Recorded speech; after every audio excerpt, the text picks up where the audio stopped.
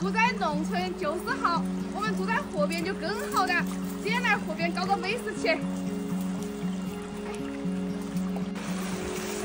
呀，哎呀！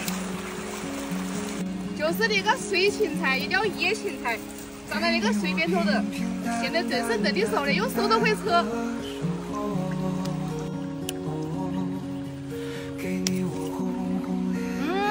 好香啊！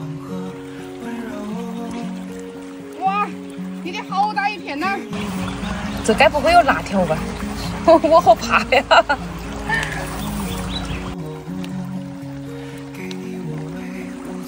别搞这么大一包，混个这个。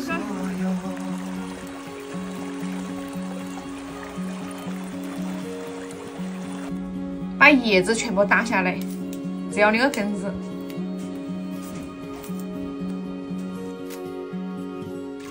不要多掏这几道啊！还有那个麻黄，因为水边头。要睡醒了呢。还有起床起不想起来呀？啊？快来个妈妈抱我，妈妈抱，好不好啊？切成小段段。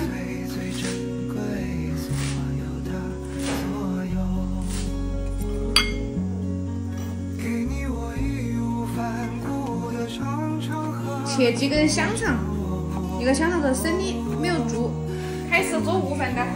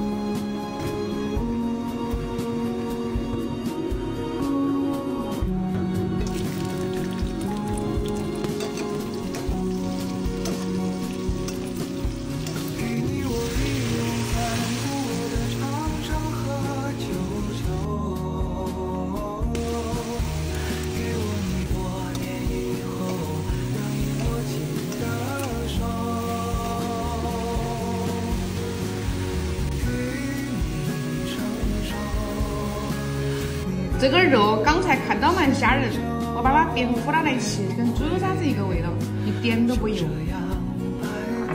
一口油渣，再一口芹菜，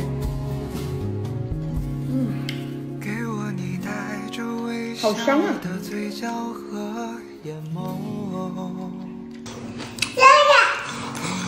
你也吃的习惯了啊？还吃的不？你是野芹菜，你不是不喜欢吃芹菜的吗？没有那种味道的。哎，奇怪的嘞。哎，啥子？你不是要减肥的吗？我看我的菜7斤1餐盘的。你那个家事我看你不想讲的。我们昨天说好了，天天不吃晚饭啦。那咋说到？但晚上要搞4的下力。天哪！我觉得野芹菜比假芹菜好吃些，没有味道的。